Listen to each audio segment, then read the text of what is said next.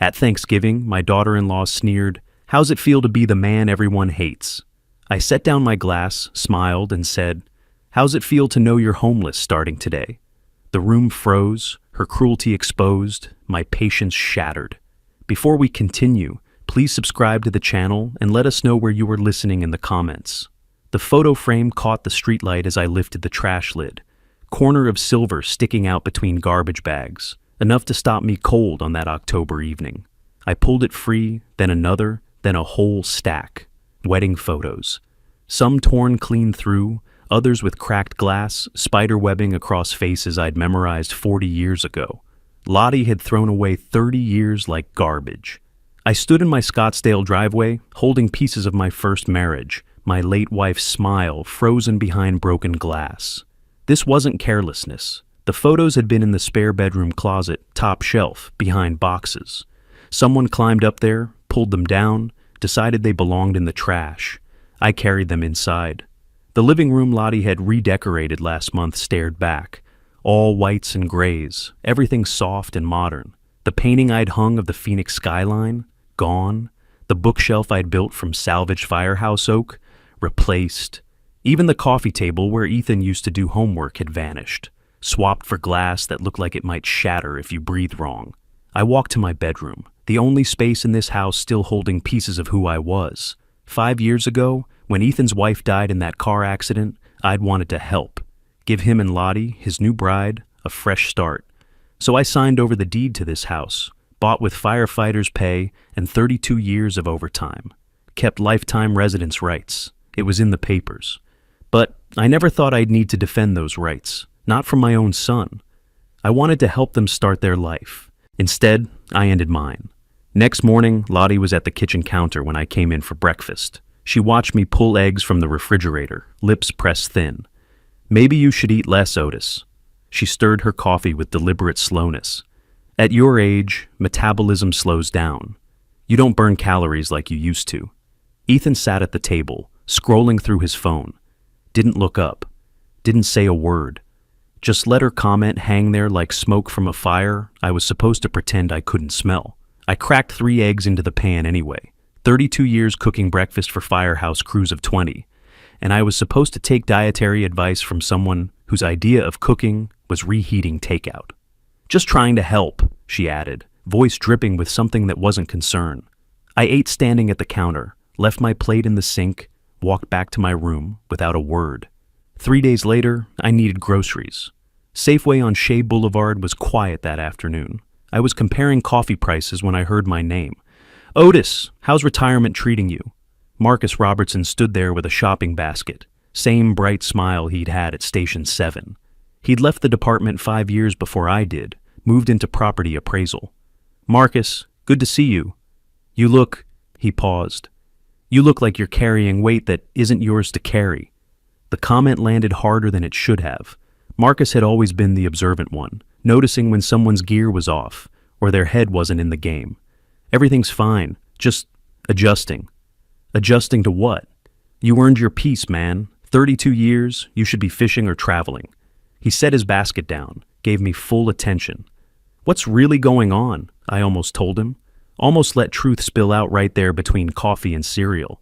But old habits die hard. Keep your problems internal. Handle your own fires. Maybe something needs to change. I just don't know what yet. Marcus studied me for a long moment, then squeezed my shoulder. "You were the best captain I ever worked under. Smart, fair, didn't take anyone's nonsense. Don't forget that version of yourself, Otis. He's still in there." We said our goodbyes. I finished shopping. But his words followed me home, echoing as I unloaded groceries into a refrigerator Lottie had reorganized last week without asking. That evening, she cornered me in the dining room. Thanksgiving was 2 weeks away. "We're doing things differently this year, modern, not like the old ways." I was thinking I'd make the turkey like I always do, got my mother's recipe for, "Maybe let people who actually cook make decisions, Otis." She smiled, but there was nothing warm in it. "I'm sure you have other contributions you can make." Other contributions, like staying out of the way, disappearing into my room like a ghost who didn't know he was dead. Ethan appeared in the doorway, keys in hand. "I'm heading to the gym." He left before I could respond, before he could see his father standing there, swallowing words that tasted like ash. Late that night, I sat on my bed with the rescued photographs spread across the comforter. One held my attention, my first wife laughing, me in dress uniform, little Ethan balanced on my hip. He couldn't have been more than 3. We'd just bought this house. Everything felt possible then. They took the house I gave them. They're taking my dignity. What's left? I stood, walked to my closet, pulled out the file box from the top shelf. Tax documents, insurance papers, and beneath them, the deed transfer papers from 5 years ago. I'd skimmed them when I signed, trusting my lawyer, trusting Ethan, trusting that blood meant something. My finger traced down the legal language until I found it. Section 7, Paragraph 3. Lifetime residence rights. Irrevocable except in cases of gross ingratitude or documented abuse by the residing party. Gross ingratitude. I read it 3 times, pulled out my phone, opened the camera app, took a clear photo of that section, saved it to a folder titled Documents. Something clicked in my mind, a shift I couldn't quite name yet, but it settled into my bones like muscle memory from 32 years of walking into burning buildings. You don't rush into fire. You assess, you prepare, you wait for the exact right moment to act. The papers went back into the box, back onto the shelf. I looked at the wedding photos one more time, placed them carefully in my nightstand drawer. Outside my window, Scottsdale glittered under November stars. Inside this house that used to be mine, I stood perfectly still and thought about Marcus's words. About the captain I used to be, the man who didn't take anyone's nonsense. He was still in there, and he was done being quiet. The papers confirmed what I remembered: lifetime residence rights, revocation clause for gross ingratitude. Legal terms I'd skimmed past 5 years ago suddenly mattered. I spent the next few days reading those documents methodically, the way I'd studied fire codes. Knowledge was preparation. Preparation was power. By the Monday before Thanksgiving, I'd memorized every relevant clause. That's when Lottie made her announcement. We're having guests for Thanksgiving. She leaned against the counter with her coffee mug, already dressed in clothes that probably cost more than my monthly retirement check. My friend Lula is coming. She just went through a divorce, needs company. Ethan nodded from the table. That's nice of us. Nice of us. As if he'd made the decision. As if I'd been consulted at all. Lula's bringing her daughter Simone, so there'll be 5 of us. I'll handle the menu. She waved her hand vaguely in my direction. You can just be yourself, I guess. Be yourself. Translation: stay out of the way and don't embarrass us. Sure, whatever works. I watched her face, looking for any sign she understood what she was doing. Inviting witnesses to Thanksgiving, creating an audience. But she just smiled that thin smile and went back to her phone. Perfect. Wednesday, I made the grocery run. Loaded the cart with everything for a traditional Thanksgiving. 23-pound turkey, russet potatoes, fresh cranberries, ingredients for my mother's cornbread stuffing. At checkout, the cashier made small talk about holiday plans. Big family dinner, I said. Sounds wonderful. Must be nice having everyone together. It'll be memorable, one way or another. The cashier laughed. I didn't. Back home, I unloaded groceries while Lottie examined my purchases like she was inspecting spoiled meat. You bought a turkey? I was going to order something pre-cooked from Whole Foods. I'll handle the turkey. Been doing it for 40 years. She opened her mouth to argue, then seemed to reconsider. Maybe she realized arguing over turkey made her look petty. Or maybe she just didn't care enough to fight about it. Thursday morning, the day before Thanksgiving, I was washing dishes when Lottie walked by and stopped. Otis, you're not wearing that shirt for Thanksgiving, right? She gestured at my flannel like it was covered in stains. It wasn't. Try to look presentable. Lula hasn't seen you in a while. Lula had never seen me. We'd never met.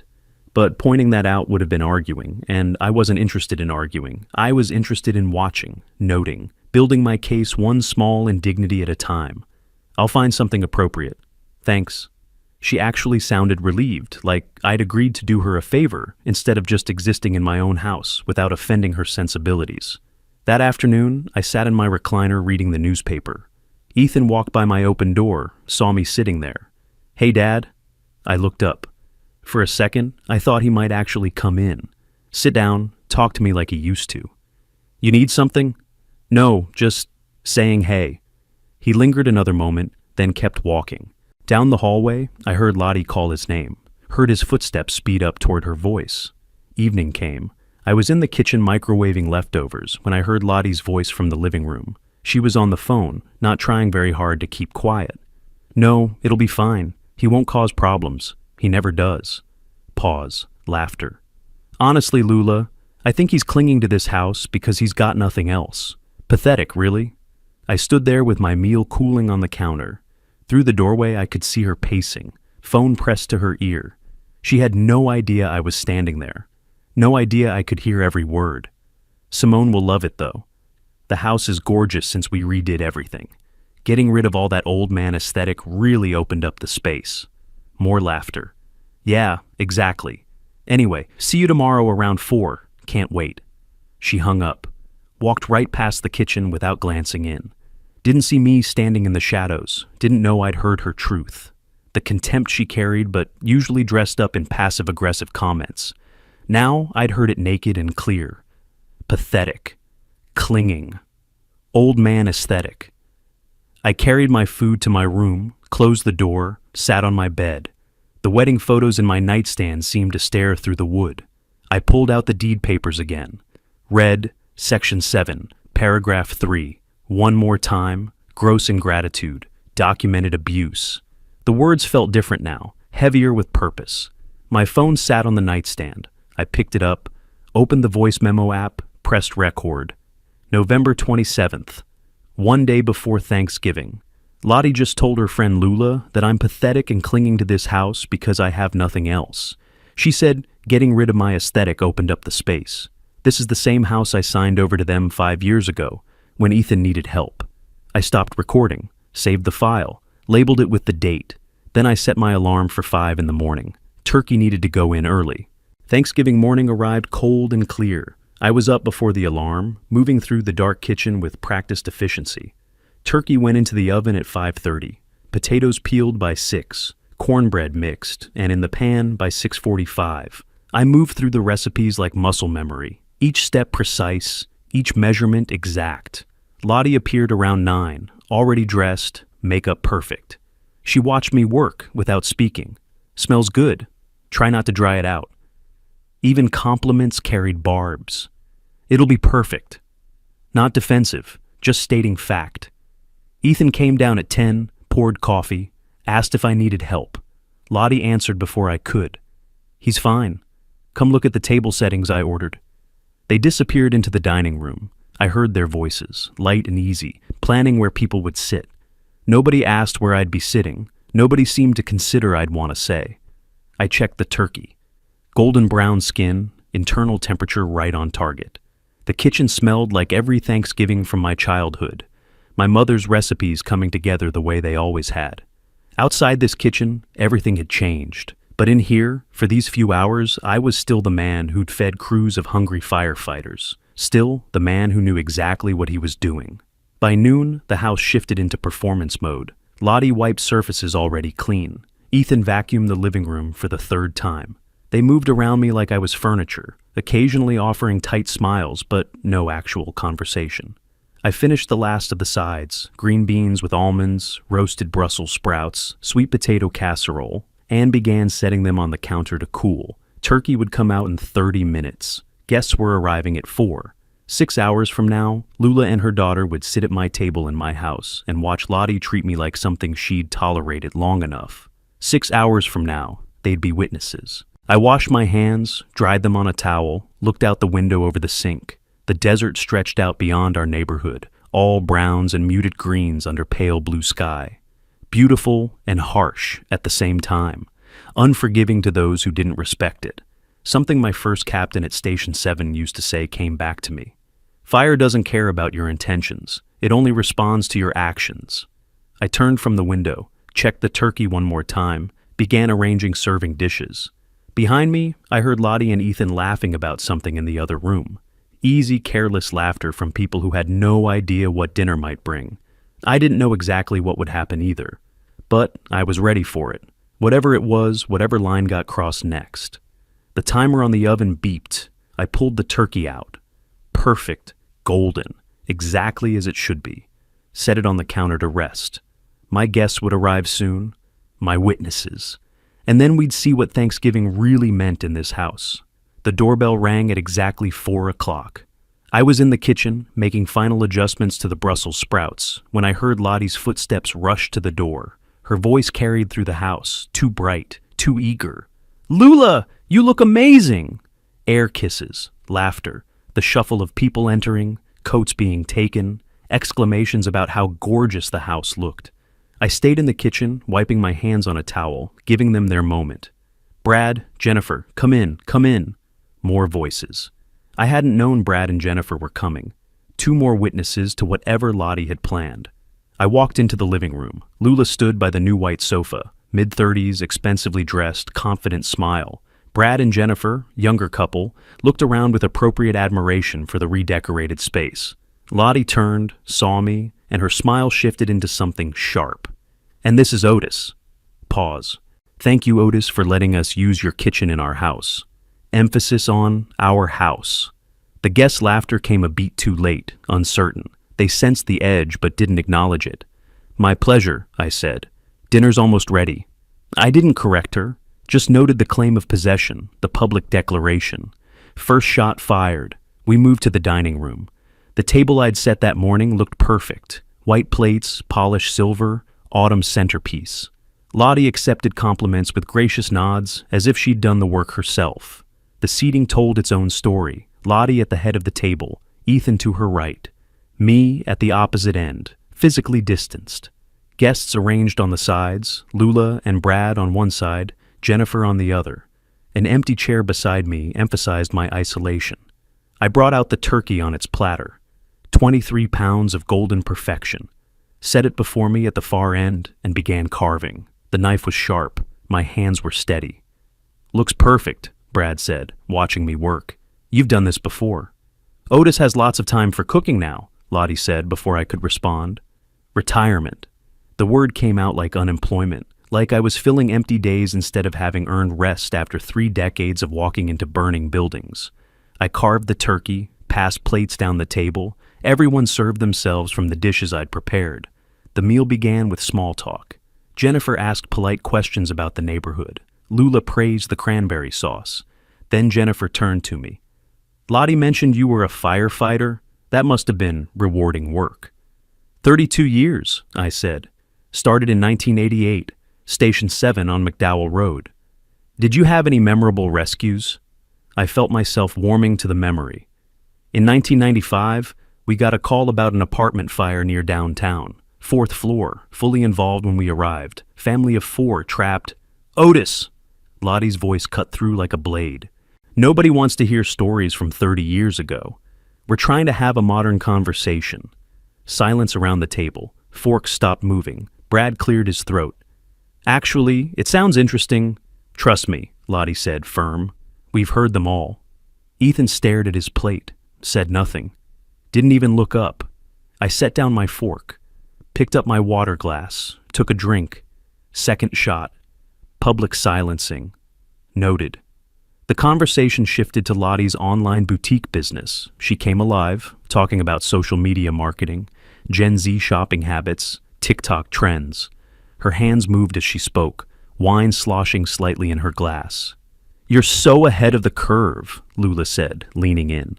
"That's real innovation." "Well, some of us adapt to change." Lottie glanced at me. "Others cling to the past." Brad mentioned something about retirement planning. He and Jennifer were in their 30s, already thinking ahead. "Otis, you're what, 65 now?" Lottie asked.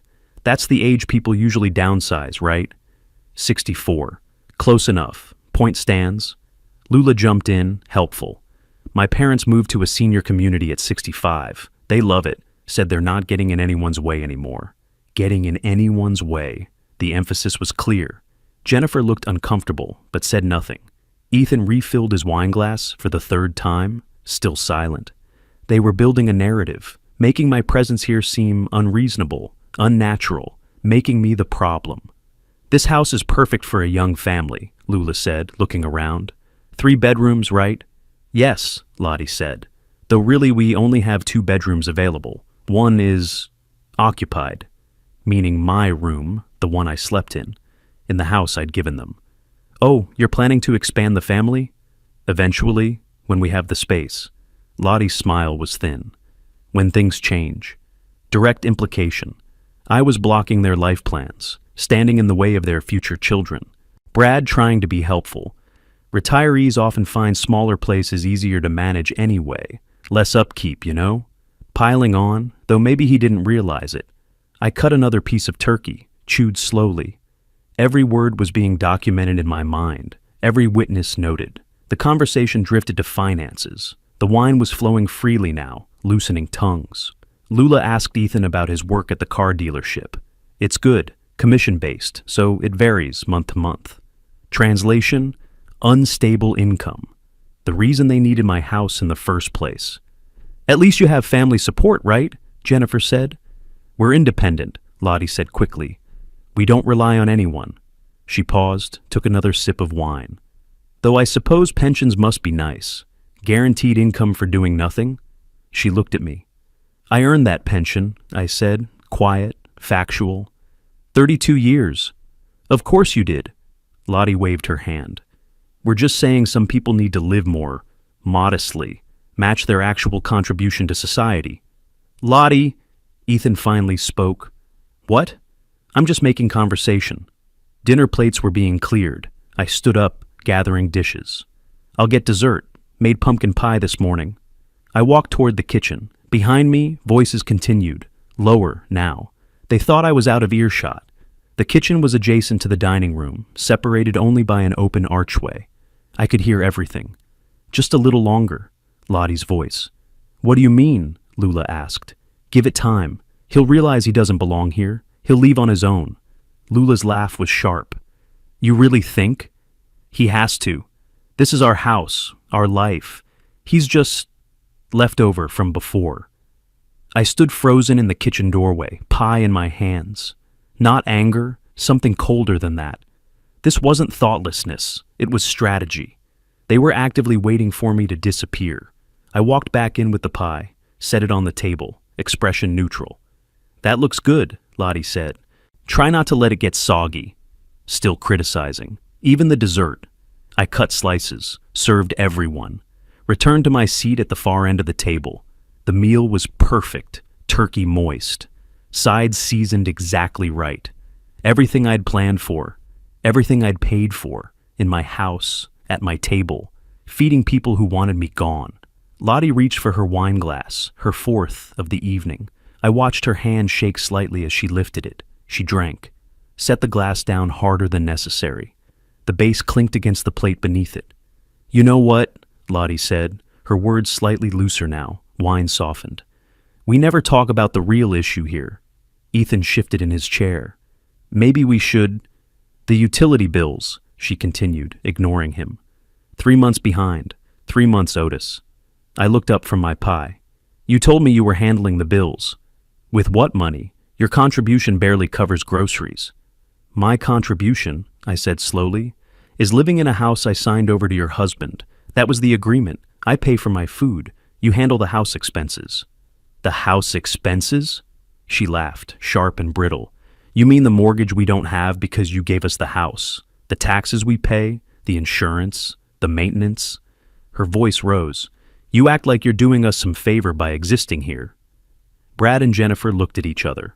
Lula watched, wine glass halfway to her lips. I gave you this house, I said. Each word measured. 5 years ago, when Ethan's wife died, when he needed help, I kept residence rights because this was my home.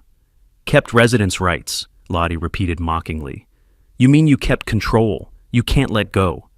Lottie, stop. Ethan's voice was weak, not a command, a request. Why should I stop? We're all adults here. She looked at the guests, seeking allies. Right? We can speak honestly. Nobody responded. She turned back to me, stood up, started pacing behind her chair. You're holding on to this house like it's still yours, living here like you're still relevant, but you're not. You're just, she gestured with her wine glass. You're just taking up space.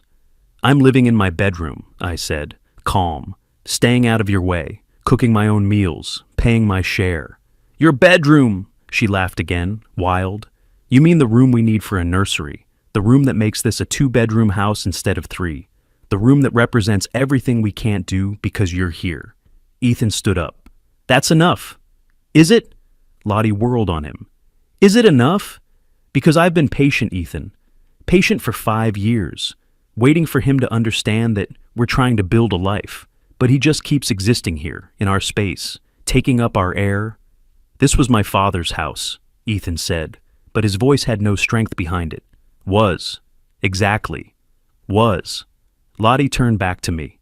Her face was flushed from wine or rage or both.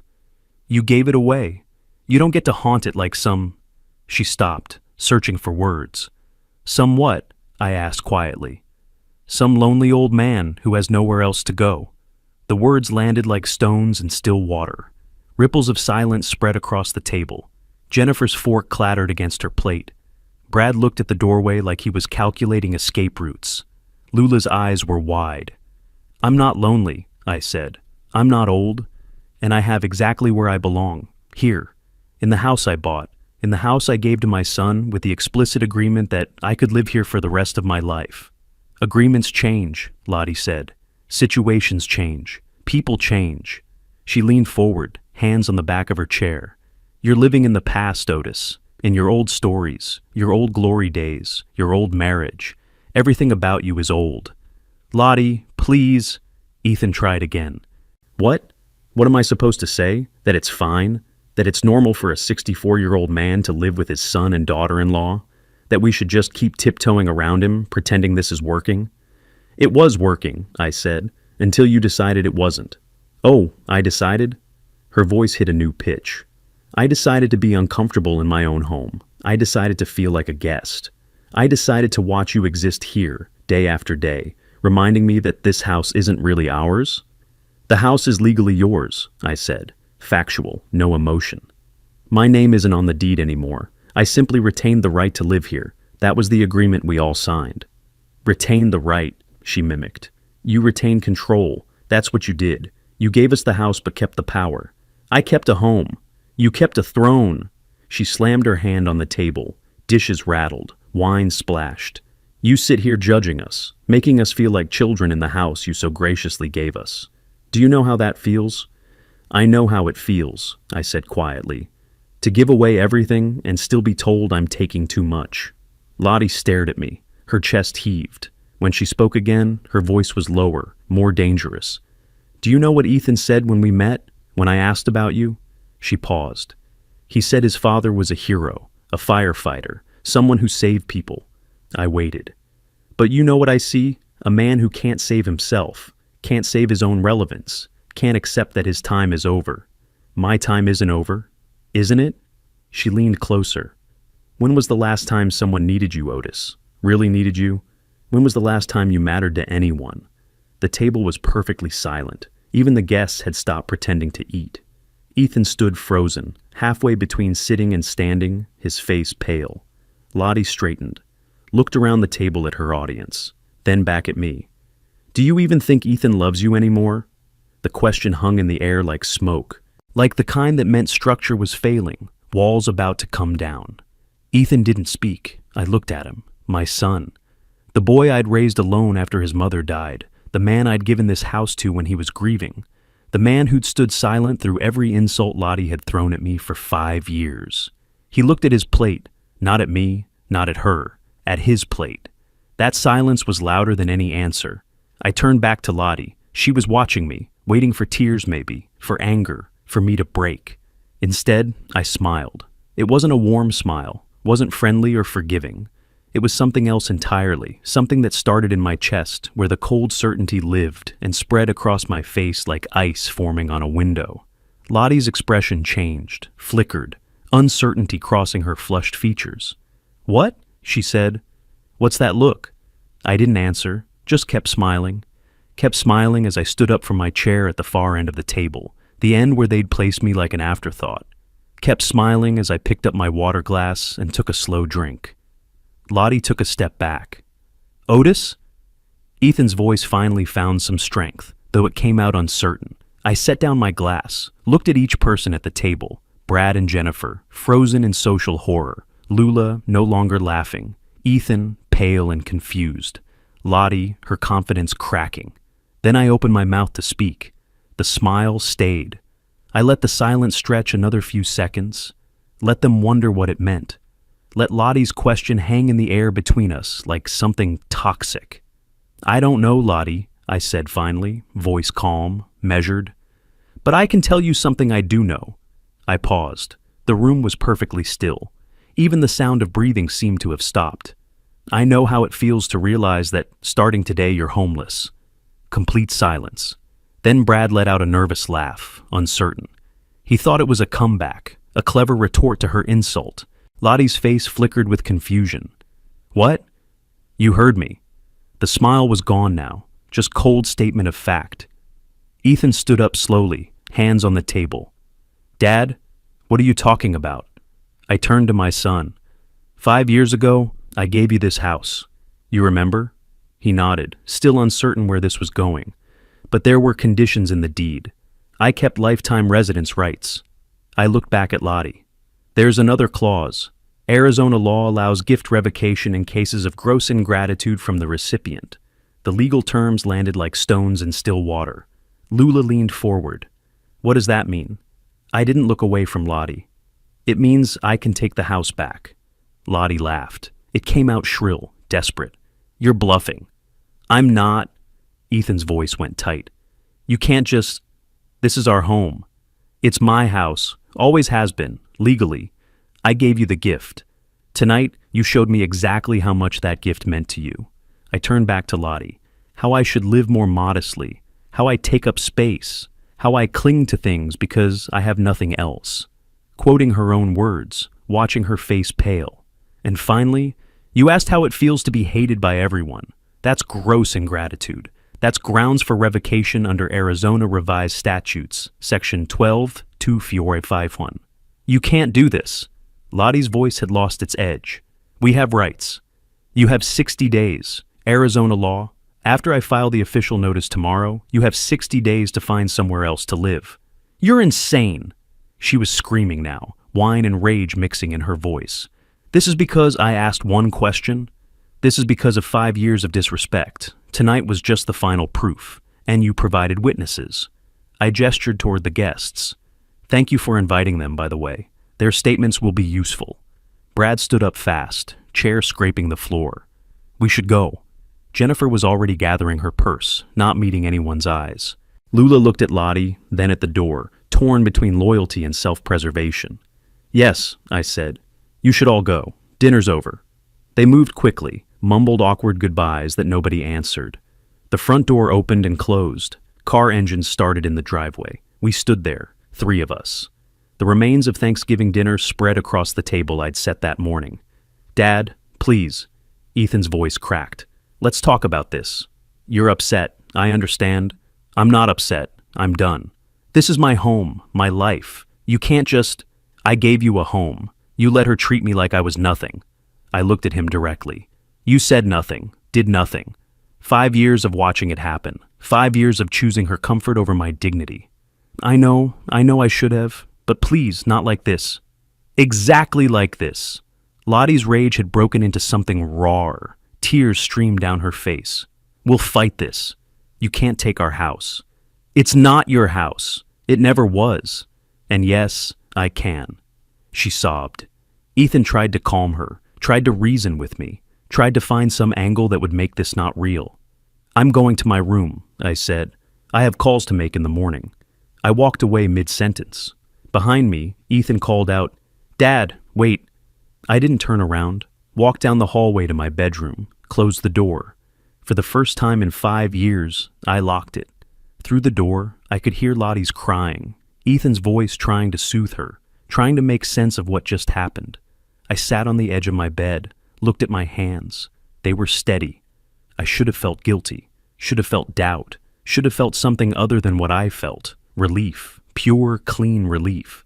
For the first time in 5 years, I'd stopped being small, stopped accepting, stopped disappearing into the margins of a life I'd built with my own hands. Night passed. I slept better than I had in months. No dreams. No waking up at 3 in the morning with the weight of indignity pressing on my chest. Just sleep. Real sleep. Morning light came through my window. I got up, made coffee in the small machine I kept on my dresser, something I'd bought 2 years ago when using the kitchen started feeling like trespassing. 7:30. I opened my laptop, searched, real estate attorney, Scottsdale, Arizona. Reviews loaded. I scrolled through them methodically, looking for someone experienced, someone who understood property law, someone who wouldn't waste my time questioning whether I was sure about this. Richard Hunt, family law specialist, 4.8 stars, over 200 reviews, office on Scottsdale Road. Phrases jumped out: thorough, responsive, fought for my rights, didn't back down. His website said office hours started at 9. I could hear voices in the other part of the house, Lottie and Ethan, muffled through walls. The tone was argument, not conversation. At 9:01, I called the number. A receptionist answered, professional voice. Hunt and Associates, how may I help you? I'd like to schedule a consultation, today, if possible. Of course. May I ask what this is regarding? I looked at the bedroom door, at the lock I'd turned, at the space I'd reclaimed. It's regarding revoking a property gift on grounds of ingratitude. Richard Hunt's office was downtown, glass and steel, 13th floor, with views of Camelback Mountain. He was late 50s, black like me, with silver at his temples and a handshake that felt like assessment. Mr. Shaw, have a seat. I sat. He had the deed papers I'd emailed that morning spread across his desk. Arizona Revised Statutes, Section 122451, he said, tapping the document. Gift revocation for gross ingratitude. It's not used often, but you have a solid foundation here. He looked up. Tell me about Thanksgiving. I told him. Every insult, every witness, the question about whether my son still loved me. Ethan's silence. Hunt took notes. When I finished, he leaned back in his chair. You'll need those witnesses to testify, the friends who were there. They'll remember. Your son and daughter-in-law will hire an attorney. They'll argue the gift was absolute, that conditions can't be imposed retroactively, that you're acting out of spite. Let them argue. Hunt smiled slightly. You've thought about this. 32 years as a firefighter teaches you to plan before you act. Good. We'll file the petition Monday. They'll have 60 days from official notice. Court hearing will likely be mid-January. He paused. This will get ugly, Mr. Shaw. Family law always does. But based on what you've told me and the witnesses present, you have a strong case. How strong? 70-30 in your favor, maybe better, depending on their attorney's strategy. I stood, shook his hand. File it Monday. The following week crawled by. The house became a war zone of silence. Lottie and Ethan stayed in their bedroom or left entirely.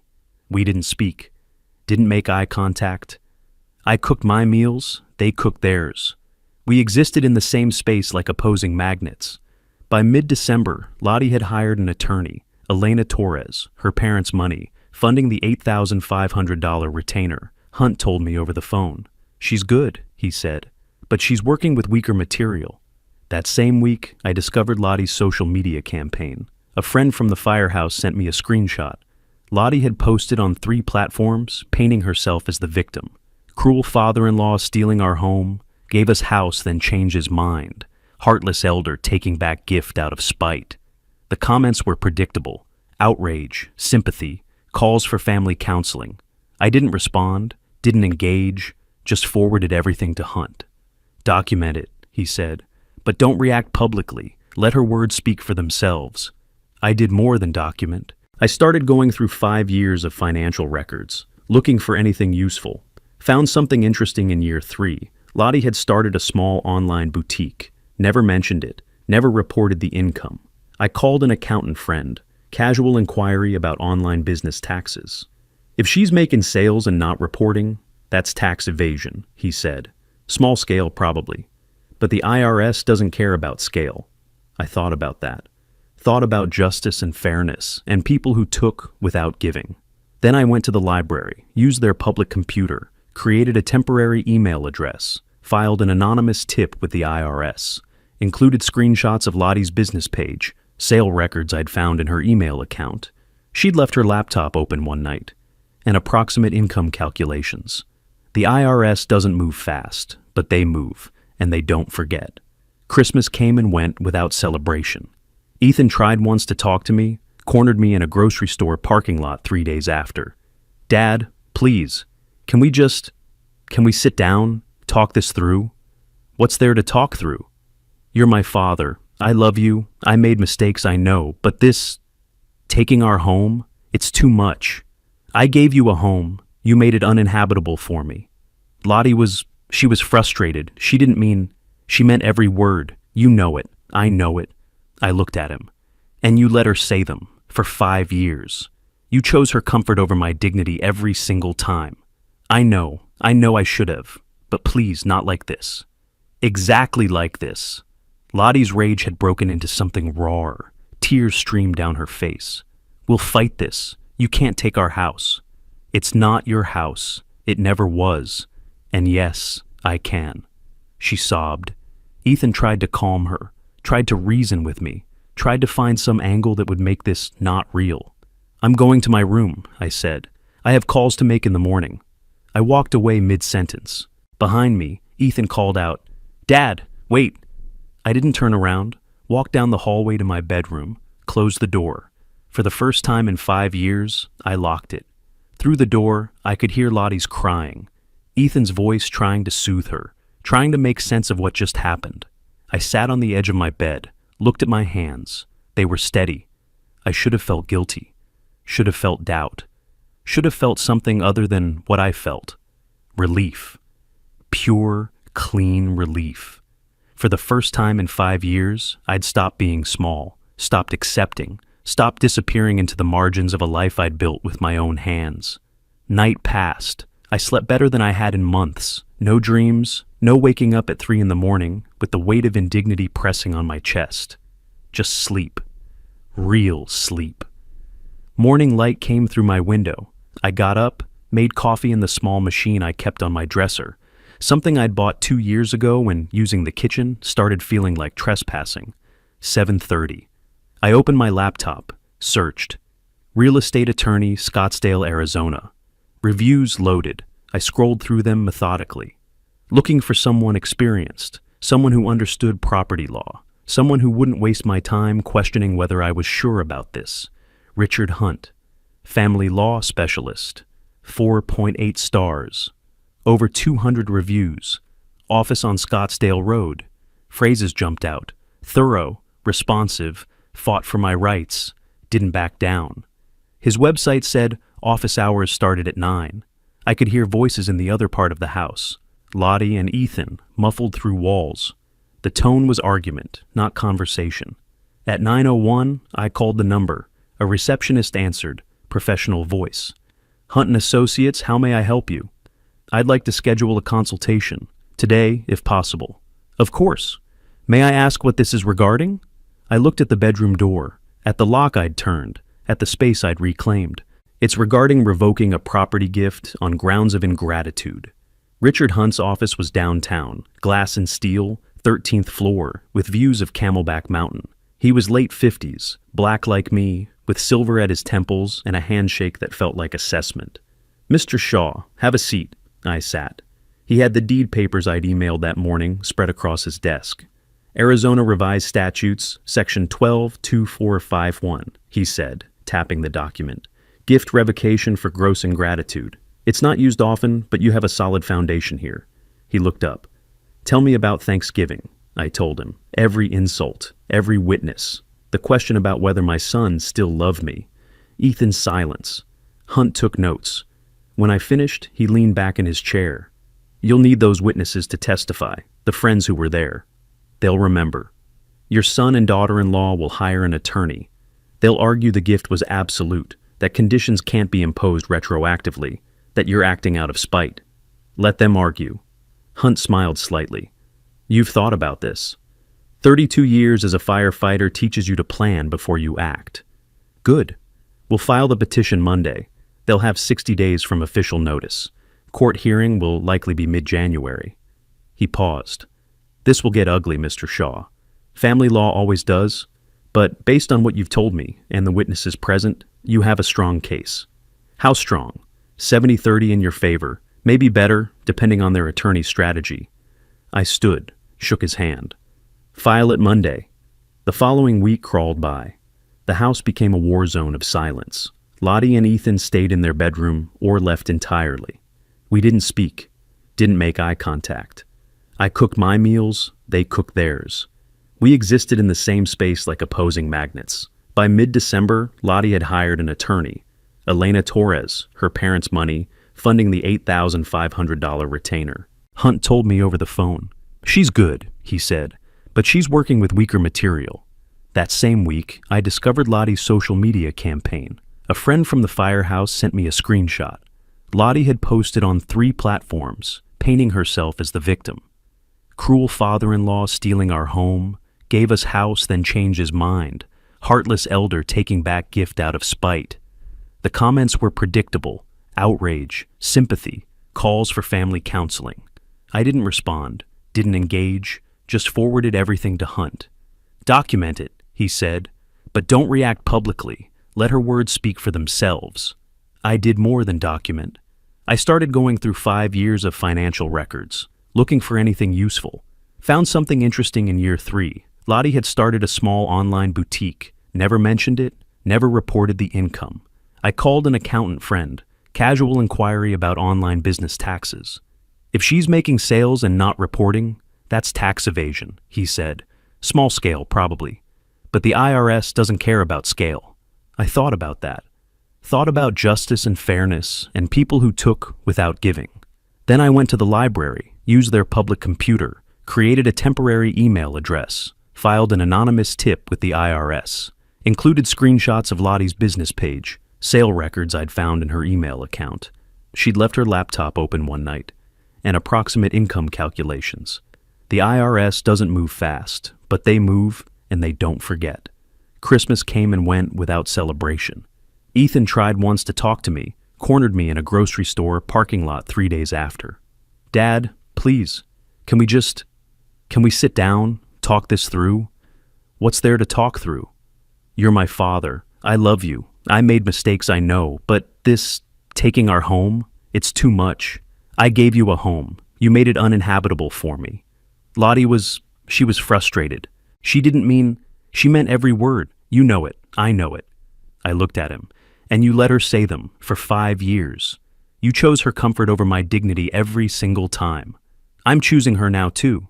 She's my wife. Then live with your choice.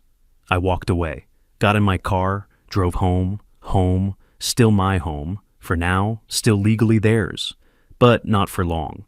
By early January, both attorneys had filed their briefs. Hunt walked me through Torres's argument. The gift was made freely, without coercion, 5 years ago. No take-back clause exists in Arizona law. Otis Shaw is acting from spite, not legitimate grievance. The events of Thanksgiving were a single night of harsh words, not grounds for destroying a family. What's our response? I asked. That gross ingratitude isn't about a single night. It's about a pattern, 5 years of systematic disrespect. Thanksgiving was the culmination, not the cause. And we have witnesses. When's the hearing? January 15th, Judge Fisk. She's fair, doesn't suffer theatrics. Present your facts clearly, you'll be fine. The weeks before the hearing felt like waiting for a fire call. That anticipation. Knowing you'd have to act, but not knowing exactly what you'd face when you got there. I prepared, gathered documents, made timeline of insults and incidents, found old emails, text messages, anything that showed the pattern Hunt talked about. Found the recordings I'd made, the voice memos from November, Lottie calling me pathetic on the phone, her breathing comment, the old man aesthetic remark. Hunt listened to them in his office. Arizona's a one-party consent state, he said. These are admissible. They're also damning. Late one night, I sat in my bedroom going through everything one more time. The wedding photos I'd rescued from the trash, the deed papers with their revocation clause, the witness list. Brad and Jennifer had agreed to testify, uncomfortable but truthful. Even Lula, surprisingly, said she'd tell what she saw. Marcus called that evening. I'd told him everything a week before. You doing okay? He asked. Yeah, I'm good. You don't sound good, you sound different. I'm different than I was. That's not always a bad thing. He paused. You were the best captain I knew because you never rushed into fire. You assessed, you prepared, you waited for the right moment. That's what I'm doing now. I know, just when this is over, remember you're not just fighting for a house. What am I fighting for? Your right to exist without apologizing for it. The hearing was in 2 days. January 13th. I laid out my clothes for court, pressed my dress shirt, polished my shoes, everything ready, everything prepared. In 48 hours, a judge would decide who had the right to this house, who had honored the gift, and who had violated it. I stood at my bedroom window, looking out at the desert night. Somewhere out there, Lottie and Ethan were preparing too, building their case, crafting their defense, telling their story about the cruel father who changed his mind. But I had something they didn't. I had the truth. I had the witnesses. I had the documents. And I had nothing left to lose. The first hearing had been procedural, documents filed, positions stated. Judge Morrison scheduled the full hearing for March 15th. January gave way to February. The house felt smaller every day, the silence louder. Early February morning, I was making coffee when I heard the mail slot clang, footsteps in the hallway, then Lottie's voice, sharp and rising. What is this? What's wrong? Ethan's voice thick with sleep. The IRS, they're auditing my business. A pause, then louder. This is him. This has to be him. I stayed in the kitchen, listening. Footsteps coming fast. Lottie stormed in, waving an official envelope. Did you do this? Did you report me? I took a sip of coffee. I don't know what you're talking about. They say I owe $11,000, plus penalties. Her hand shook. This is you. If you owe taxes, that's between you and the government. You reported me. I know you did. Can you prove that? She stared at me. Couldn't. Wouldn't ever be able to. She was right, of course, but she'd never prove it. Few days later, Ethan caught me outside. He looked exhausted, dark circles under his eyes, the weight of choosing wrong pressing visible on his face. Did you know about her business, the taxes? I knew she had a business. I assumed she was running it properly. She says it's a mistake. The accountant messed up. For 2 years, that's not a mistake. That's a choice. Ethan was quiet, processing something he didn't want to accept. Everything's falling apart, he said finally. The house, the taxes, us. Then maybe it's time to make different choices. Like what? Like choosing what's right over what's easy. You mean leave her? I mean stop enabling her. Whatever that looks like for you. She's my wife, and I'm your father. But you picked a side on Thanksgiving. I walked away. Left him standing there with the choice he'd already made, but couldn't admit. Over the following days, I heard them arguing through walls. Saw Ethan sleeping on the couch some mornings. One morning, he approached me before I could leave for my walk. If I left her, would you drop this? The house case? No. Then what's the point? The point is, you'd be doing the right thing for the right reasons, not to gain something. I can't abandon her when everything's going wrong. Even though she brought it on herself. I made vows. So did I. And when your mother died, you were all I had left. I looked at him directly. Look how that turned out. I walked past him, out the door, into the morning air. He wasn't ready. Maybe he never would be. Early March, Hunt's office. Preparing for the hearing. We have 3 witnesses willing to testify, Hunt said. Brad and Jennifer Morrison came voluntarily. Lula Holmes resisted, but she's under subpoena now. She'll try to minimize it. Probably, but under oath, she'll have to tell the truth. Hunt looked at his notes. Remember, calm, factual, no emotion. Let the facts speak. That's all I've ever wanted. March 15th arrived cold and clear. I wore my suit, the one I'd bought for formal fire department occasions, still sharp after all these years. Hunt beside me with his organized briefcase. We arrived early. Lottie and Ethan came in with Elena Torres. Lottie wore conservative clothes, hair pulled back, makeup minimal. Attempting sympathy. Maricopa County Superior Court. Wood paneling. Arizona state seal on the wall. Judge Morrison entered, woman in her 50s, reputation for no-nonsense rulings based on evidence, not emotion. This is a petition for revocation of a gift deed based on gross ingratitude. Mr. Hunt, proceed. Hunt presented methodically. The deed with its revocation clause. Documentation of the original gift. Timeline of events. Then he called Brad Morrison. Brad took the stand, sworn in, testified about Thanksgiving dinner, the comments about my age, my space, my pension. Under oath, his discomfort was clear. She was dismissive of him repeatedly, Brad said. It was uncomfortable to watch. Torres cross-examined. Isn't it normal for families to disagree? This felt different, more personal, more cruel. Next was Lula Holmes. She walked to the stand nervously, glancing at Lottie, sworn in. You were present at the Thanksgiving dinner on November 28th, 2024? Hunt asked. Yes. Did Mrs. Lottie Shaw make disparaging comments about Mr. Otis Shaw that evening? Well, families argue. Please answer the question. Did she make disparaging comments? Lula hesitated. Yes. Can you describe them? She recounted the age comments, the space concerns, the pension remarks. Then Hunt leaned forward slightly. What question did Mrs. Shaw ask Mr. Shaw? Lula's voice went quiet. She asked him how it felt to be someone everyone hated. Audible reaction in the courtroom. Someone gasped softly. And how did the room react? Everyone was silent. It was... Lula looked down. It was too far. Torres tried damage control. Weren't there tensions on both sides? I suppose, but no further questions. The damage was done. Loyalty couldn't overcome truth under oath. Jennifer Morrison took the stand next. Brief, but devastating. Hunt asked, in your observation, was Mr. Shaw treated with respect in his own home? No, absolutely not. Did anyone defend him when he was being insulted? No. She looked at Ethan. His son stayed quiet. Ethan stared at his hands.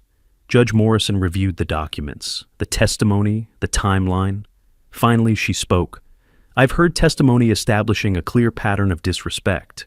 The question posed by Mrs. Shaw on November 28th constitutes, in this court's view, gross ingratitude under Arizona revised statutes. Lottie gripped Ethan's hand. Her knuckles went white. However, Arizona law requires fair compensation for improvements made to the property. I'm ordering a property appraisal to determine current market value and document any improvements made during the recipient's tenure. Judge Morrison looked at her calendar. Appraisal to be completed by April 15th. We'll reconvene in May for final determination. The gavel came down. Hunt leaned close. We won the main point. The rest is just math. Days later, the official notice arrived. Hunt delivered it to me personally. Notice of pending eviction, effective July 1st, 2025, pending final court order. I placed copies on the kitchen table, where Ethan and Lottie would see them. Didn't wait for their reaction. Went to my room, closed the door. Through the walls, I heard Lottie's breakdown, crying that sounded like breaking. Ethan trying to calm her, his voice low and defeated. The court believed me. After 5 years of being told I was the problem, someone with authority said I was right. But victory in court didn't mean they'd go quietly. I knew that. The appraisal would come in April. Until then, I had to live with them knowing they'd lost. Early April, Hunt called. Torres filed a counterclaim. They're saying Lottie and Ethan made $75,000 in improvements to the property. $75,000? I almost laughed. The kitchen cabinets were maybe $8,000. The paint job $3,000. What else could they claim? New HVAC system, landscaping, bathroom renovations. We'll see what the appraiser finds. When's the appraisal? Mid-April. I'm recommending Marcus Robertson. He's certified, independent, and he knows you from the fire department, which actually helps because he won't give you favors. He'll be scrupulously fair. Marcus arrived on April 18th. Professional, clipboard, camera. We nodded to each other but didn't speak beyond necessities. He measured rooms, photographed improvements, checked permits, reviewed receipts Lottie provided. I stayed in my bedroom while he worked, heard him moving through the house, opening cabinets, testing fixtures. 3 hours later, he left without ceremony. The report came May 10th. Hunt read it to me over the phone. Total documented improvements, $14,500. Kitchen cabinets, paint, new water heater, and some landscaping. The HVAC system was original to the house. The bathroom renovations were minor fixture replacements, not actual renovations. So they inflated it by 60,000. Desperation makes people creative with math. Hunt paused. Court date is May 20th. Judge will rule on compensation amount. Then the eviction stands. May 20th, same courtroom. Judge Morrison reviewed Marcus's appraisal report. The court finds that legitimate documented improvements total $14,500. Mr. Shaw, you're ordered to compensate the recipients in that amount within 30 days. Upon payment, the eviction order becomes final and enforceable July 1st. Torres tried to argue. Judge Morrison shut it down with a look. Gavel, done. I went to the bank the next morning, withdrew $14,500 in a cashier's check, delivered it to Hunt's office that afternoon. You're not fighting the amount? He asked. It's fair. They did make those improvements. I'm not interested in cheating them. Most people in your position would fight every dollar. I'm not most people. I just want my house back. The check went through Torres to Lottie and Ethan. The final court order came June 15th. Official, legal, binding. I called Sarah Chen, a realtor I'd contacted quietly back in April. The house is legally mine again as of today. Let's list it. She came that evening with comps and market analysis. In this market, with this location, I'd recommend $515,000. Listed at $505,000. I want it sold fast. You'll have offers within a week. She was right. 3 days later, an offer came in at asking price. Cash buyer, 30-day close. I accepted immediately. Mid-June, maybe 2 weeks before the eviction date, I was in my room packing books when I heard a soft knock on my door. Otis? Lottie's voice. Quiet. Different. I opened the door. She stood there in jeans and an old sweater, no makeup. Hair pulled back. She looked exhausted. Can we talk? About what? About all of this. About fixing things. Her voice cracked. Please. I know I was wrong. I know I hurt you. But we're family. Can't we? No. You haven't even heard what I want to say. I don't need to. I looked at her directly. You had 5 years to say something different. 5 years to treat me like family. You chose differently every single day. I was stressed. The business, the money, trying to make things work. So you took it out on me. Made me small so you could feel big. And when I finally stood up for myself, you tried to destroy me. I shook my head. That's not stress. That's character. People change. I can change. You're only changing because you lost. That's not change. That's desperation. Her face shifted. Sadness disappeared. Something harder took its place. You really are heartless, aren't you? Your own son is about to be homeless, and you don't care. My son chose this. Every day he chose this. He could have stopped you. Could have defended me. Could have drawn a line. I stepped back toward my door. He didn't. So, yes, he's facing consequences. So are you. We have nowhere to go. You have family, Lottie's parents in Tempe, according to the court papers your lawyer filed. You'll figure it out. After everything we did for you, everything you did for me, the words came out sharp. I gave you a house. You gave me contempt. I think we're done here. I closed the door, locked it, heard her standing there for a long moment before her footsteps retreated. The next week I packed systematically, my bedroom first. Clothes, books, the wedding photos I'd rescued from the trash, the deed papers that had started all this. Everything that mattered fit into boxes I stacked along one wall. Late June, Hunt called with the closing date. July 8th, your buyer wants to move quickly. That works. I'll be out July 1st. Where are you going? Found an apartment near Old Town. 2 bedrooms, balcony, quiet. It's enough. How does it feel? I thought about that. Like I can breathe again. July 1st was coming. The house was sold. The case was won. Ethan and Lottie were packing their own boxes, searching for apartments, making arrangements with her parents. I sat in my room, surrounded by packed boxes, and felt something I hadn't felt in 5 years. Peace. Pure, simple peace. I'd fought for my dignity. I'd won. And soon, I'd walk out of this house not as the man being erased, but as the man who'd reclaimed himself. July 1st came and went. They were still there. Technically legal. They had until the 30th when the house sale closed. But the clock was ticking and I could hear them scramble. Early July, I was in my room when I heard Lottie on the phone with a landlord. Her voice carried frustration I'd never heard before. What do you mean we don't qualify? We have income. She listened. Fine, thank you anyway. She hung up, cursed under her breath. Ethan's voice, tired. What about the place on McDowell? They want first month, last month, and a $3,000 deposit. We don't have that. My new job doesn't start until next week, and it's less money than before. I know that. You think I don't know that? I kept packing books, kept listening. They were learning what I'd known for 5 years. The world doesn't owe you comfort. Days later, another conversation filtered through the walls. The landlord ran our credit, Ethan said. We're denied. Because of what? Your business, the unpaid bills, the IRS debt. It's all on there. That's not fair. That's not fair? Ethan's voice had an edge I'd never heard him use with her. You didn't pay taxes for 2 years. What did you think would happen? First sign of him blaming her directly. Don't you dare. Your father did this. He reported me. Maybe, or maybe you just broke the law. Silence. Then Lottie, voice dangerous. So now you're on his side? There are no sides. There's just what happened. Mid-July, they finally found something. I heard them discussing it in the kitchen. It's a studio, Ethan said.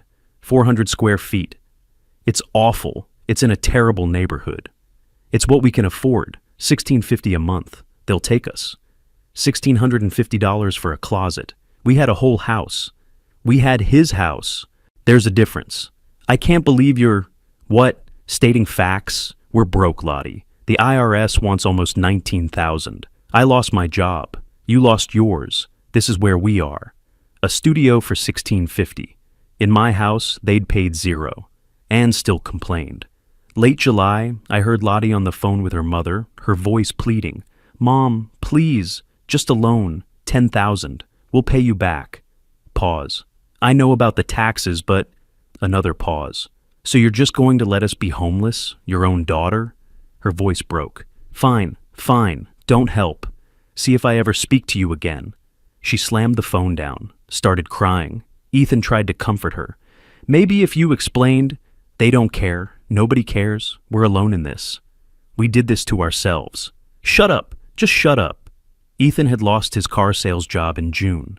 Too many absences for court dates. I'd overheard him on the phone with a friend, explaining the new job. Parts warehouse. $38,000 a year. It was less than half what he'd been making, but he needed work. From car sales to warehouse parts. From house to studio. Everything shrinking. The week before move-out, their fighting reached a peak. Voices loud enough I couldn't avoid hearing even with my door closed. This is your fault, Lottie screamed. All of it. My fault? You're the one who... You couldn't stand up to him. Couldn't protect us. What kind of man lets his father destroy his family? You destroyed it, on Thanksgiving, with that question. One question. I asked one question. You asked if he knew what it felt like to be hated, in front of guests, in his own house. Oh, his house. Always his house. You never made it ours. Because it wasn't ours. He gave it to us, and you treated him like garbage. I want a divorce. Stunned silence. Then Ethan. What? You heard me. I can't do this anymore. You, your father, all of it. Fine, maybe that's best. Door slamming, footsteps, more crying. July 25th, 5 days before closing. Evening, a knock on my bedroom door. I opened it. Ethan stood there, exhausted, defeated, 38 years old but looking 50. Can I come in? For a minute. He entered, stood awkwardly near the window. I'm leaving her. Lottie, it's over. I heard. I should have done it sooner. I should have defended you. Yes, you should have. I'm sorry, Dad, for all of it. I was weak. I let her control everything. You let her control you. There's a difference. Can you forgive me? Is there any way to fix this? Fix what? The house is sold. You're moving out in 5 days. I mean us. Our relationship. I looked at my son, saw genuine remorse in his eyes, but also saw 5 years too late. You made your choice on Thanksgiving when she asked that question, and you said nothing. I know I did. That was the moment. You had one chance to choose me, and you didn't. I was scared. of conflict, of her, of standing up, I know, but that doesn't change what happened. So that's it? We're done? You're my son. That doesn't change. But respect, trust, those are gone. Maybe someday. Maybe, but not today. Not this year. Maybe not ever. Tears in his eyes. I really am sorry. I believe you, but sorry doesn't give me back 5 years. He nodded, turned to leave. At the door, he turned back. Where are you going? After this? Somewhere smaller, somewhere that's just mine. I hope you find peace there. I already have. He left. Closed the door quietly behind him. July 28th and 29th. Final packing. I boxed up the last items, photos, books, kitchen things I'd use in my new place. The house mostly empty now, echoing. I walked through the rooms one last time. Living room where Thanksgiving dinner had happened, where the question had been asked. Kitchen where I'd cooked that turkey, heard them through walls talking about waiting for me to disappear. My bedroom where I'd spent 5 years taking refuge. This house had been my home for decades, then my prison, now just a building someone else would love. The moving truck was scheduled for July 30th, same day as the closing. At 9 in the morning, I'd sign papers. By noon, the house would belong to someone else. By evening, I'd be in my new place, the old life ending, the new one waiting. I closed the last box. Tomorrow, this chapter ended, and I was ready. The title company office was quiet. July 30th, 9 in the morning. I sat at a conference table with Sarah Chen and the buyers, young couple, maybe early 30s, excited about their first home. They had no idea what this house meant to me, what it had cost. Papers spread before us. Sarah walked through them systematically. Purchase agreement, disclosures, transfer documents. I signed each one, my signature steady. The cashier's check came last. $505,000 minus Sarah's commission of $15,000 minus closing costs of $8,000. Final amount, $482,000. I'd already calculated the full accounting. Original house value when I gave it to Ethan 5 years ago, $340,000. Compensation. I'd paid them for improvements, $14,500. Legal fees to Hunt, $8,500. Total cost to reclaim my house and dignity, $23,000. Net gain after sale, $134,700. Plus I'd kept my retirement accounts, pension, savings untouched. Total assets now, $616,700. The price of freedom, worth every penny. Congratulations, I said to the young couple as we stood up. It's a good house. You'll be happy there. The woman smiled. We already love it. The neighborhood is perfect. I shook their hands, walked out with the check in my pocket. At the bank, I deposited it, transferred funds to my new mortgage, paid off the remaining balance on my new place in full. A small ranch house in Tempe. 2 bedrooms, 1 bath, covered patio, $285,000. Now, completely mine. That afternoon, I'd driven by the old house one last time. A moving truck was in the driveway, Ethan and Lottie loading boxes. I didn't stop, just slowed enough to see them struggling with a couch, her yelling instructions, him looking broken. They were heading to that studio apartment, 400 square feet. The IRS would get their $19,000 eventually, probably garnishing wages, selling what little they owned. Lottie's online boutique had closed. No inventory, no customers, no future. Ethan's divorce filing would come through by September, according to Hunt, who'd heard from Torres. 2 lives in ruins. Not because I'd been cruel, because they'd been cruel first. And consequences have weight. Early August, I learned Ethan had officially filed for divorce. Hunt mentioned it casually over the phone. Torres had called him for some procedural question. Hunt asked if I wanted to know the details. No, I said. It's not my business anymore. Fair enough. How's the new place? Quiet. Exactly what I needed. August 15th. I invited Marcus over for dinner. Hadn't seen him since the appraisal back in April. He arrived at 6 with a bottle of wine and his easy smile. This is nice, he said, looking around. Really nice? Feels like you. That's the point. We ate on the back patio. Grilled chicken, roasted vegetables, simple. The sun setting over the neighborhood painted everything gold. You hear from Ethan? Marcus asked. No, don't expect to. You okay with that? I thought about it. He's my son. I'd be lying if I said it doesn't hurt, but I'm okay. That's a tough line to walk. Yeah. I took a drink. When someone shows you who they are, you have to believe them. He showed me. For 5 years, every time he stayed silent, he showed me. And you finally believed him. Finally. Marcus was quiet for a moment. Then, was it worth it? All of it, the lawyers, the court, losing your son. It cost me $23,000 and a relationship that was already broken. It gave me back my self-respect and my freedom. I looked at him. You tell me if that's worth it. I'd say yes. So would I. We sat in comfortable silence as the sun dropped lower. The desert evening cooled. Somewhere down the street, kids were playing, life continuing its normal rhythms. You lonely? Marcus asked.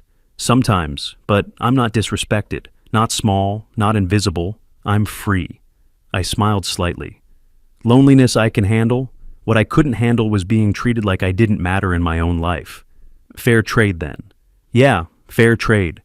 Marcus left around 9. I cleaned up, washed dishes, put everything away in my kitchen, in my house, where nobody would tell me I ate too much or breathed too loud or took up too much space. I stood on the back patio one more time before going to bed. The stars were out. The air was cool. The silence was mine.